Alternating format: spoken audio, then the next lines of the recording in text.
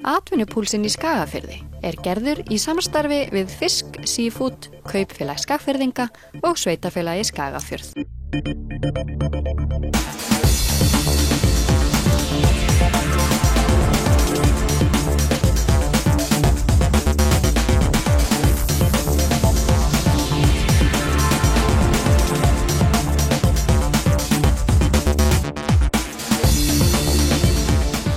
Komið sæl og velkomin í fjórða þátt atvinnupúlsins í Skagafirði. Við ræðum hér við fólk sem gjör þekki til í atvinnulífinu á svæðinu og heimsækjum fyrirtæki.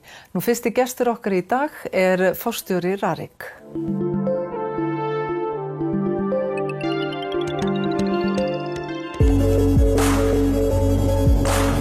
Í farvatninu eru miklar framkvæmdir á vegum Rarik í Skagafirði þar sem mikil aukning á notkun rafmagns í bígerð.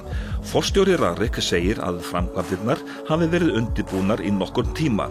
Þær miðist fyrst og fremst við að tryggja raforkuöryggi í Skagafirði. Hann segir miða við að raforkunotkun í Skagafirði geti tvöfaldast. Já, það þannig að Skagafjörður tengdur byggðalínu og Sauðakrókur hins vegar hefur verið tengdur eina línu og það hafa verið ákveðnar takmarkanir í því, en ekki síst hafa verið takmarkanir hvað varðar öryggi, afhendingar öryggi raforku og það verið að bæta það en samhliða því að auka verulega raforku afhendingar getu vegna þess að hér í Skagafirði veruleg aukning framundan. Hvað eru Skagfirðingar að nota mikla raforku og þá hversu mikil verður aukningin? Já, við erum að sjá að það geti verið svona alltaf tvöföldun. Það svona í Skagafirði verið að nota einhver 4-5 megawatt hér á Sauðakróki og það svona verið að áætla að í náinni framtíð þá verið tvöföldun á því. Að jafnaði fá Skagfirðingar megnið af rafmagninu frá Blöndu. Byggðalínan komin til ára sinna og full lestuð. Það vísu afhendingar geta hér í Skagafirði sem síður í Eyjafirði, en hér á Sauðakróki hefur hagað þannig til að hingað ein lína úr byggðalínukerfinu. Þannig að orkan sem við fáum annars staðar frá, hún kemur byggðalínuna og inn í Skagafjörð. Ertu þá að tala línuna frá Varmahlíð til Sauðakróks og hún verður þá endurnýjuð? Já, það núna á döfinni á næstu 2 árum gert ráð fyrir að efla tenginguna í rauninni að tvöfaldana. Landsnet áformar að leggja 66 kV jarðstreng frá Varmahlíð, frá byggðalínutengingunni og í nýja aðveitustöð hér á Sauðakróki, en að jafnframt verði núverandi lína notuð og strengur tengdur frá enda hennar sem að nú við gömlu aðveitustöðuna syðst og vestast í bænum og yfir í nýja stöð. Nýja línan verður lögð í jörð, tengingin verður sem sagt tvöföld sem mikið öryggisatriði. Eins og Tryggvi nefndi verður byggð ný aðveitustöð á Sauðakróki. Við munum byggja nýja aðveitustöð í iðnaðarhverfinu sunnan í bænum, svokallaða Borgarfit. Þanga mun nýr strengur frá Landsneti koma og þanga verður strengur tengdur frá núverandi línu enda. Og stöðin verður byggð upp í iðnaðarhverfinu sunnan í bænum. Mjólkurvinnsla mikil á Sauðakróki og próteinvinnsla. Þetta kallar allt saman á mikla raforku. Hvað með uppbyggingu í tengslunum við þessa nýju verksmiðju? Þessi nýja aðveitustöð verður verulega stærri heldur en sú gamla. Í gamlu stöðinni núna 12 megavolt ampera spennir, eða nánast 12 megawatt. Í nýju stöðinni verðum við með 20 megawatt til þess einmitt að anna þeirri þörf sem vaxandi hér og jafnframt að geta verið með alveg tvöfaldöryggi, þannig að þó annar hlekkurinn bili þá eigum við að geta haldið rafmagni hér án þess að þurfa að keyra dísilvélar eins og gert. Hvað með bæjarlínu kerfið þarf þá ekki að endurnýja það jafnhliða eða hvað? Við þurfum ekki að endurnýja kerfið, við munum þurfa að styrkja það, við munum leggja 2 öfluga háspennustrengi frá þessari nýju eldstöð með ströndinni og norður í iðnaðarsvæðið nyrst í bænum og iðnaðar- og hafnarsvæðið sem þar En þar munum við tengja meðal annars inn á Steinullina og inn í það hverfið, þannig að við fáum öfluga tengingu. Jafnframt munum við styrkja kerfið í iðnaðarhverfi sunnan í bænum og leggja sjálfstæða tengingu inn í mjólkursamlagið. Allt kostar þetta mikla fjármuni. Rarik hlutinn í aðveitustöðinni kostar 300 milljónir. 80 milljónir kostar að styrkja og bæta bæjarkerfið.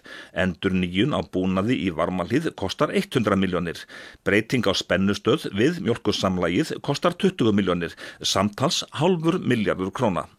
Hér í Skagafirði höfum við á undanförnum 5 árum lagt yfir 100 kílómetra af jarðstrengjum í stað loftlína.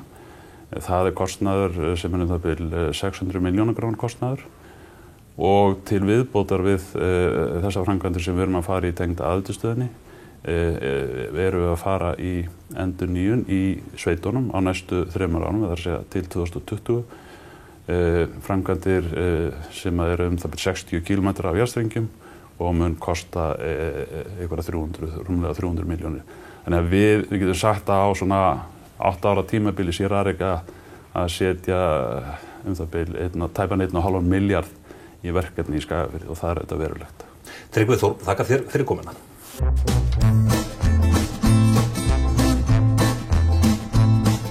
Við höldum næst í heimsókn til mjólkursamlags KS sem stór raforkunotandi. Samlaginu berast árlega 22 til 23 milljónir lítra af mjólk. Mjólkin kemur frá búum í Skagafirði og vestur og austur Húnavatnssýslu.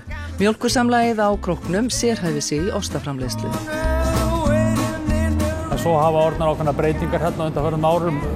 Við erum að framleiða mikið magn af venjulegum brauðosti, við erum að framleiða rifinost, við erum að framleiða ferska mozzarellu og svo núna í fyrir rúmi ári síðan þá fórum við að framleiða fyrir Vogabæ, Finnsson og Vogavörur.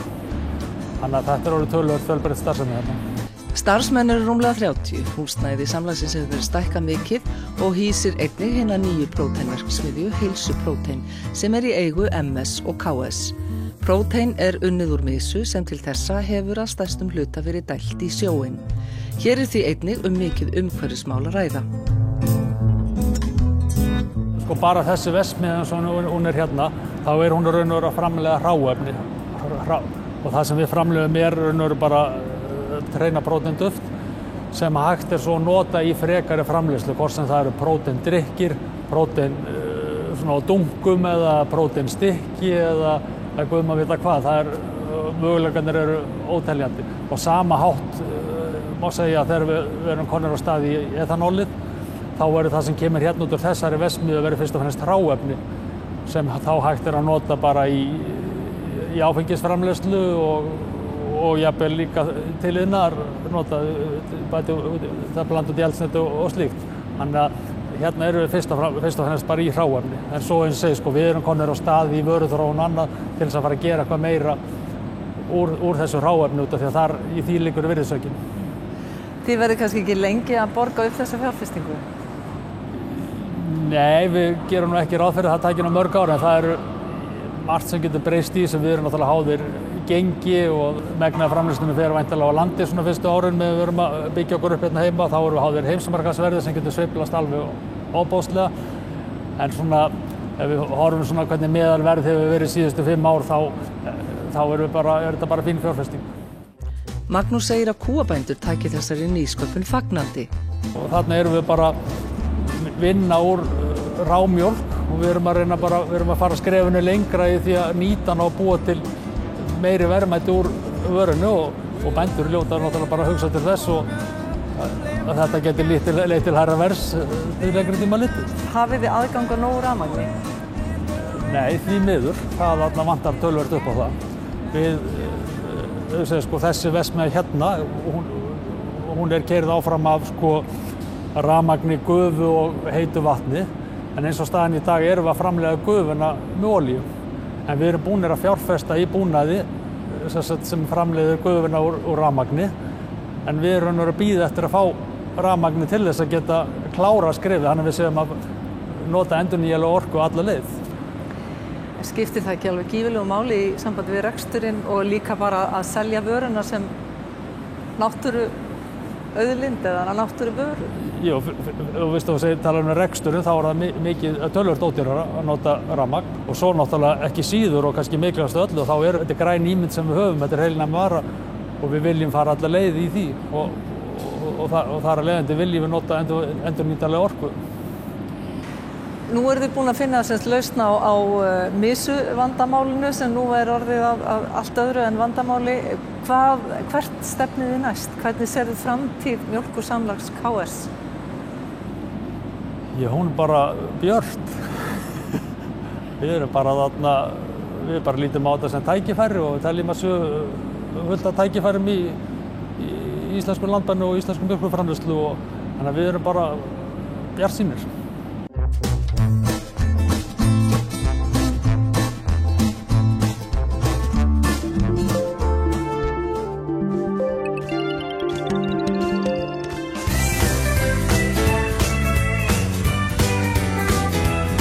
Héraðsfréttablöð gegna mikilvægu hlutverki rétt eins og fjölmiðlar almennt. Feykir á Sauðárkróki sinni Norðurlandi vestra, blaðið kemur út vikulega. Feykir heldur samhliða út í vefmiðlinum feykir.is en ritstjórinn segir mikilvægt fyrir svæðið að hafa fjölmiðil og hann segir að brottfluttir, skagfirðingar og norðvestlendingar séu góðir og tryggir áskrifendur rétt eins og heimafólk. Ritstjórnarstefnan ekkert flókin, hún bara það að flytja bara jákvæðar fréttir og vera með jákvætt efni. Nú ef það kemur upp eitthvað sem ekki jákvætt, þá þurfum við bara að meta það hvort að það erindi til almennings eða hvernig sem það sko. En alltaf þegar maður að spá í hvað á að fara, þá hugsa maður yfirleitt áskrifendur. Hvað fólki vill vita eða ekki, hvað ekki vill vita. Þið eru ekki mikið í hasarfréttum? Nei, ég get alveg fullyrt að þær eru ekki framalega hjá okkur sko. En Feykir líka miðill á netinu. Hvað breyting varð við það? Nú, breytingin þannig að við getum flutt fréttir fyrr. En svo alltaf þessi hvað að segja, vandræði eða lúxusvandamál. Þegar maður setur eitthvað blaði sem kemur út vikulega, það orðið gamalt efni sko. Og svo hefur maður fengið þess að bæði gagnrýnina að ég búinn að sjá þetta áður á netinu og ef maður setur þetta ekki í blaðið, þá aðrir sem ekki á netinu sem að segja að ég hef ekki séð viðkomandi frétt. Þetta svolítið púsl, má segja. Þið eru í sama húsnæði og prentsmiðjan, hvaða kosti hefur það? Það hefur mikla kosti, mjög mikla kosti. Ekki síst bara að hópurinn sem kemur að blaðinu, það ekki bara blaðamenn, það eru uppsetjarinn sem magnaður og ekki síst bara prentsmiðjan sjálf. Þetta ein eining og mjög skemmtilegt fólk að vinna með. Það væri svolítið öðruvísi að vera bara, ef við værum bara tvö, ég og blaðamaðurinn að skrifa. Fyrir viki þá getum við líka fengið fleiri í fyrirtækjum til þess að skrifa bæði í blaðið og líka ekki síst á netið og reynum að nota það eins og við getum. Okkur tekst ágætlega að halda áskrifendum og vonandi það út af því að blaðið þykir gott. En svo hefur náttúrulega verið spáð það hvernig og hvort það þyrfti ekki að vera bara frí blöð og svoleiðis, en þá þarf auglýsendur til þess að borga. En eins og staðan í dag þá þetta áskriftarblað og ég bara vona að það gangi allavega næstu ári.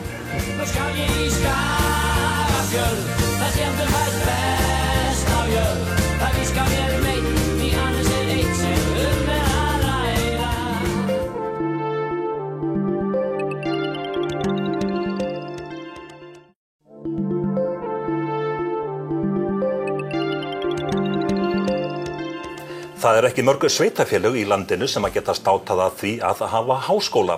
Í Skagafirðinum hins vegar háskóli, þetta háskólinn á Hólum í Hjaltadal. Erla Björk Örnólfsdóttir, rektor, velkomin. Takk. Hversu stór háskólinn á Hólum og hvaða deildir eru starfræktar? Háskólinn á Hólum starfræktur með 3 deildum og okkar 3 deildir eru allar mjög tengdar íslensku atvinnulífi og þær eru ferðamáladeild, fiskeldis- og fiskalíffræðideild og hestafræðideild.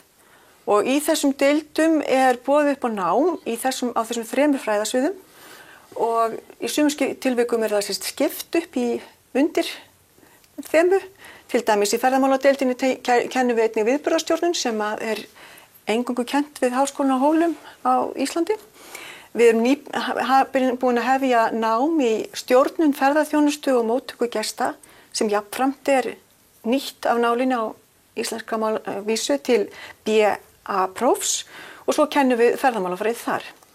Í fiskeldis- og fiskalíffræðideildinni, þar kennum við á 2 vegu, annars vegar diplómu sem þjónustar fiskeldisfyrirtæki í landinu, eða þá sem hugsa sér nám að vinna á þeim vettvangi, og hins vegar erum við með meistaranám í fiskalíffræði og skyldum greinum.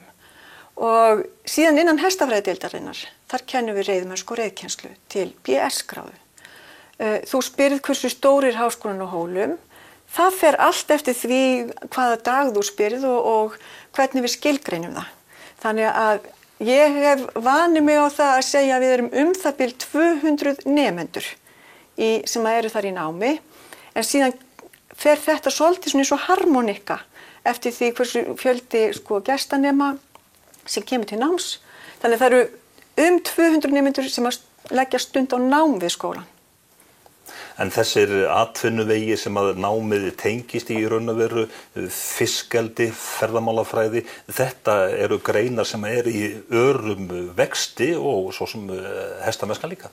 Já, við njótum vera forréttinda að vera þjónusta fólk sem langar til þess að starfa í þessum greinum sem eru ört vaxandi og sem eru allar líka, svo maður haldi því líka til haga, það eru allar gjaldeyrisskapandi. Þannig að það eru ákveðin forréttindi að vera í forsvari fyrir menntastofnun sem að starfa á þessum fræðasviðum. Það blossar alltaf af og til upp umræða að sameina háskóla landsins að einhverju leyti minnstakosti. Hvað segir rektor Háskólans á Hólum? Skynsamlegt að sameina? Það eru ekki of margir háskólar á Íslandi. Við eigum að stuðla að fjölbreyttu námi á landinu.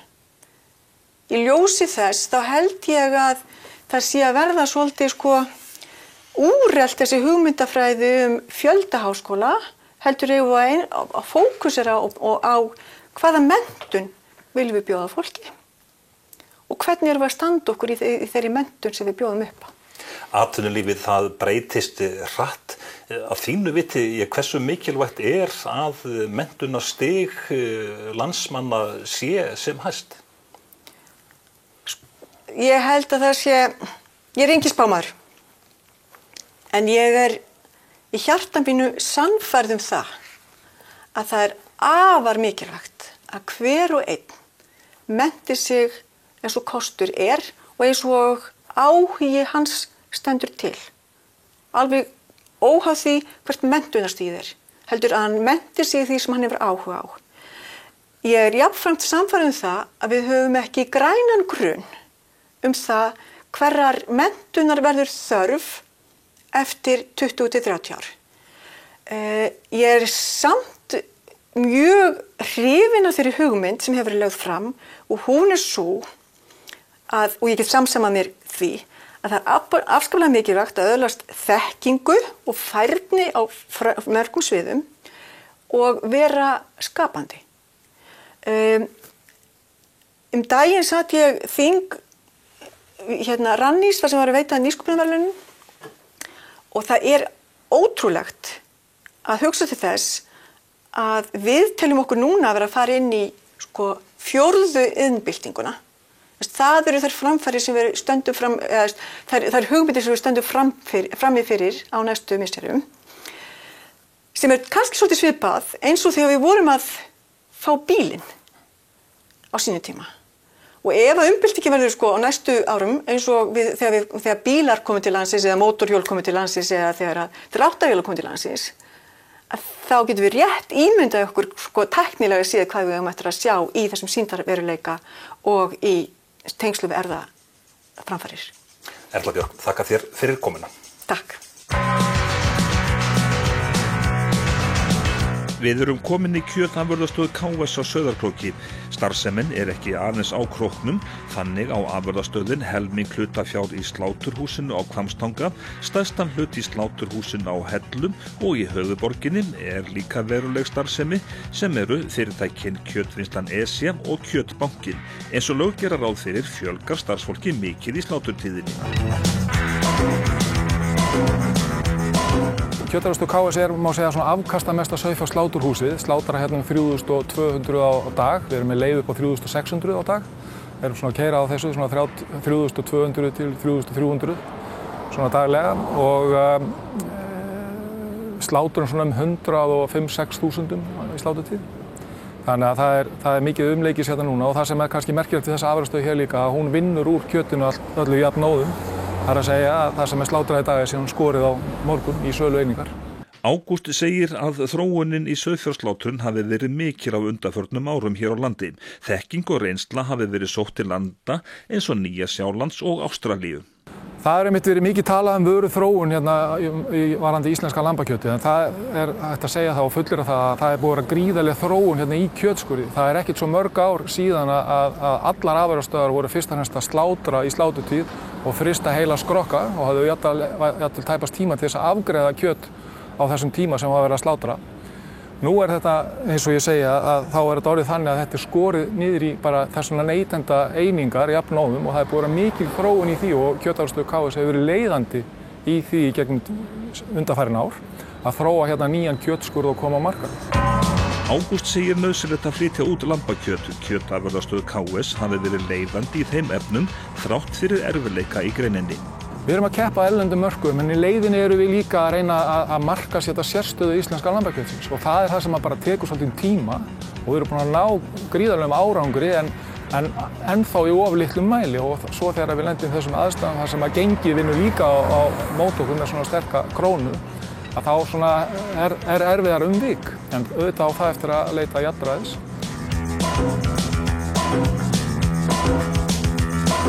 Og Ágúst bjartsýnn á framtíðina þrátt fyrir erfiðleika í sauðfjárbúskap og vinnslu þessar mundir. Ég tel það að það séu bara miklu möguleikar í þessari atvinnugrein. Við þurfum hins vegar að komast á þann stað að ná jafnvægi á framboð og eftirspurn og við gerum það ekki með því að ætla okkur það að auka bara söluna hérna innanlands vegna þess að við erum með mjög merkilega hlutdeild í lambakjötsneyslu hér á Íslandi að vera að selja á 20 kíló per íbúa á Íslandi. Þannig að ef við berum okkur saman við það á heimsvísu að þá það frábær árangur. Það framúrskarandi árangur vegna þess í öðrum löndum sem við berum okkur saman við þá hefur verið að minnka neysla á lambakjöti. Það náttúrulega einfallega miklu meira framboð bara öðrum kjöttegundum og annarri fæðu sem að gerir það verkum að það undir högg að sækja þarna. Þannig að við getum ekki, ef við ætlum að hugsa bara innanlandsmarkaðinn í þessu, þá þurfum við að gera okkur grein fyrir því að við þurfum að minnka framleiðsluna verulega. Ég hef eins að tala fyrir því að það sé miklu gáfulegra að vera í framleiðslu sem umfram, þannig að við getum alltaf verið með góð verð hérna á innlendum markaði, neytendur til hagsbóta, en við flytjum þá út á erlenda markaði, það sem umfram, og reynum að gera það besta úr því sem hægt í stöðunni.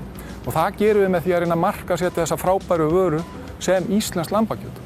Og við eigum mikil tækifæri í því, en það tekur aðeins lengur í tíma.